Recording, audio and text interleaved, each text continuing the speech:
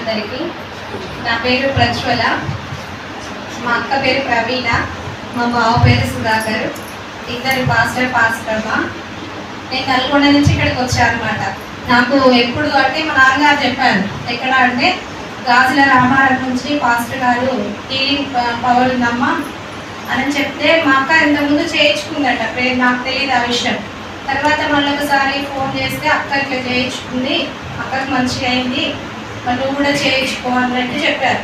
చెప్తే నేనేమనుకున్నా అంటే ఈరోజు నాకు అవకాశం ఎప్పుడు వస్తుందా అని ఎదురు చూస్తున్నా. ఎందుకంటే గాజుల రామారం దాకా నేను వెళ్ళలేను అని చెప్పేసి దేవుడు ఒక్క అవకాశం, చిన్న అవకాశం కల్పించాడా. ఎప్పుడన్నా ఒకసారి కలుస్తాను కదా పాస్టర్ గారిని అని నేను అనుకున్నా.